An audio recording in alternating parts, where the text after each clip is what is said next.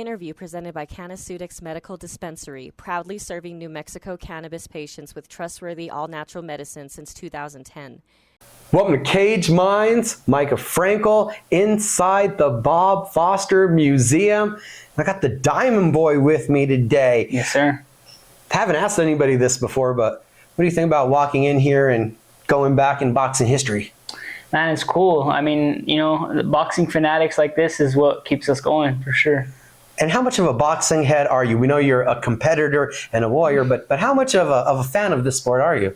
I love boxing, man, and I study boxing so much and, like, you know, watching film on people, but at the same time, being a fighter and constantly in the gym, and that's kind of all you hear about. And then, I mean, where I work as well, that's all we talk is boxing. So sometimes I kind of like, I don't want to watch boxing right now. I'll have to go watch the fight later. It's just, I love it, and I love to do it, but sometimes I need a little bit of a away time. I didn't even do the whole intro because I wanted to ask Matt that question I've never asked anybody before. Of course, we got Wrecking Crew Promotions, Hecho and Nuevo, Mexico. Fight night on August 5th via Hispana, the Expo New Mexico State Fairgrounds. This man, title fight, main event. But I'm going to go back to the other topic real quick. How exhausted are you to go into the shop and picking on Carlos here exactly to debate that dude all day after you've already put in 2 workouts? Sometimes I feel like just telling him, you know what, Carlos, can you stop for a second? He loves boxing so much. I mean, I'm a fighter, and sometimes I have to ask him about certain fights or certain fights coming up because he knows everything. He'll literally go on BoxRec and study fighters on BoxRec, and like that's, I don't know who does that, but, but yeah, he's a fanatic for sure. Now, we bring it up, the barbershop. How's the career outside of boxing going? It's cool, man. You know, it's a great way to have my schedule where I could spend time with my family still, and a relaxing job. It's not too crazy. I mean, obviously your feet hurt sometimes, and a lot of using your hands, just like fighting. But I love it. Talk to people and meet people. It's great. How often do you get somebody that's excited? Oh wow, you're that Diamond Boy. A lot. I mean, a lot of my clients are now regulars, so it's not as much. But once in a while, we'll get somebody in, and they're like, "Hey, yeah." So it's cool. It's fun. It's all cool. It's all fun. It's all exciting. It's growing and building. We know that for the barbershop and the boxing career. Second event for Wrecking Crew Promotions. How are you feeling? Main event, title fight, and the chaos of helping with the event. I'm feeling great, man. You know, helping with the event, just like last time. It's this time's a little bit better, I guess. I feel great. I'm focused. I'm working my butt off. I just had a newborn baby too, so it gives me a little bit more motivation to push forward and work hard. And I'm ready. I'm ready to go right now. I'm in shape. So Your dad's not around, but how much do you think that first event has helped him to know what to do to manage the second one? A lot. A lot. That first event was a little bit rough and tough, but getting through that and now making this one a lot easier to deal with, and kind of how it works, you know. So let's pull back the curtain a little bit.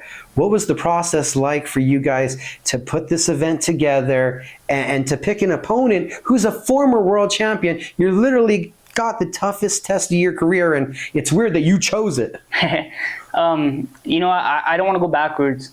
I've been fighting since I was 5 years old, and I've always been open to competition, and I want to be the best. And to be the best, you got to start taking out these guys that are up there or have been there, and kind of test your skills a little bit, you know, push you to work a little harder. So I plan to show out and show something a little different this time. When you think about fighting a former world champion, like, where does that stack up into, things that were on the list of stuff you wanted to accomplish in the sport? It's a little bit of, everyone says boxing is a chess game, right? And like, I feel like I'm starting to check. Now I'm trying to checkmate, man. I want a world title. So to get that, we got to, like I said, take out these guys and test myself. And this will show me a little bit of where I'm at. And where does the switch flip in training camp, where you've probably some years ago went from I'm throwing punches, I'm aggressive, I'm fast, to A to B to C. I want him here. I'm trying to line up this, that. When does it become, we know it's the sweet science, but it really does go from amateurs of an aggression sport to that thinking man's game?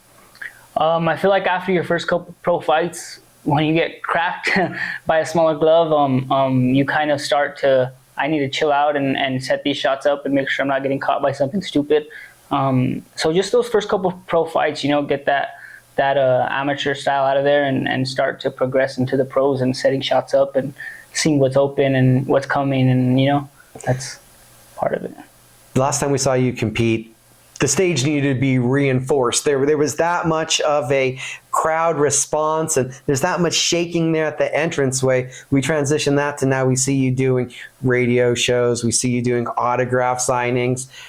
What is it like going from a kid with a dream to maturing into this known entity as a boxer? It's great, man. It gives me the chills a little bit because it's growing up, working hard in this sport all your life is it's hard. It's not easy for nobody. We miss parties, we miss birthdays, we miss vacations. We don't spend as much time with friends. Like in high school, I didn't have high school friends. I knew my cousins, and that's who I would hang out with besides being in the gym. So it's great, and now to have my family and kind of working for that as well, it's the best feeling in the world. Oh yeah, family, dad life number 2 now. Your son comes a little bit early. What is it like now looking at those children and thinking about the dreams and the hopes that you have and what you want to provide for them? Man, it just makes me push so much harder. In the gym, it's just like a flip switch. And it happened with my daughter, and now with my son, it was kind of like this camp was kind of dragging, and like I was hoping he would come early because now we could finish camp with my baby here and don't have to worry about kind of messing with my schedule close to the fight.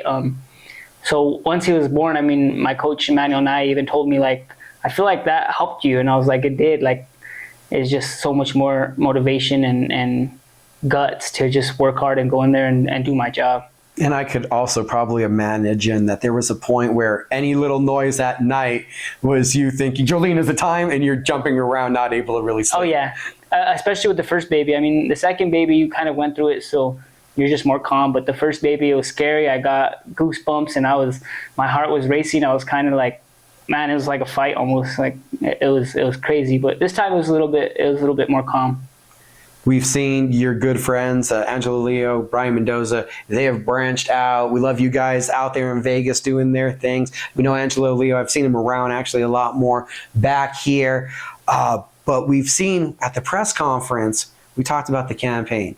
You are the face of New Mexico boxing is what's being put out there. What does that mean to you, and how do you prove that to put yourself above all the great talent that we have prospering right now? New Mexico's on fire right now. Like you said, Brian Mendoza, Angelo Leo. Obviously Abraham Perez is doing his thing. We got so many fighters that are great, and I just got to keep on winning to prove that point and get my world title. So. Growing up as a fan of the sport, though, like, does that give you some little chills? You've come out with that flag around you so many times, and now it's putting a different echelon on that placard saying face of the sport in New Mexico. To even be like in that conversation, it's cool. I was born and raised here, man. That's I think a big part of it. Born and raised in Albuquerque, New Mexico. I try to put on for New Mexico the hardest I could. So. That means everything to me. New Mexico is everything to me. So, and we both know being born and raised here, but for the audience, can you tell them how that uniquely has shaped who you are? Just being Hispanic, being from New Mexico, the food, the chili, the raza, you want to say, whatever. Our families are real close knit. We have big families. We celebrate with some great parties and great music, Spanish music, Mexican music. I had one of the trainers from Vegas come down with me, and he came and he was like, New Mexico's like its own little country. You guys have your own little food, your own little... So it was a cool experience for him. He was excited. So, I feel like it's our own little country, and we're going to hold it down for New Mexico. So what kind of statement are you thinking you're going to make August 5th? I think it's going to be a huge statement. Obviously, I plan to go in there and win this title, but I plan to make a statement and win in good fashion. I don't know if it's going the distance. Before I let you go, how do we get tickets? You could hit up any of the fighters on the card. They have tickets in hand, or you could easily call 505-507-8121. That's my sister. in control of the tickets. Like I said, also they'll hit up your fighters, get the tickets from them, because the fighters are, they'll get a percentage of what they sell. So support your fighters. Let's go and let's fill up this place and let's put on a show, and let's bring this title back to New Mexico. August 5th, we'll see you guys at the Via Hispana at the Expo New Mexico State Fairgrounds. Go Time.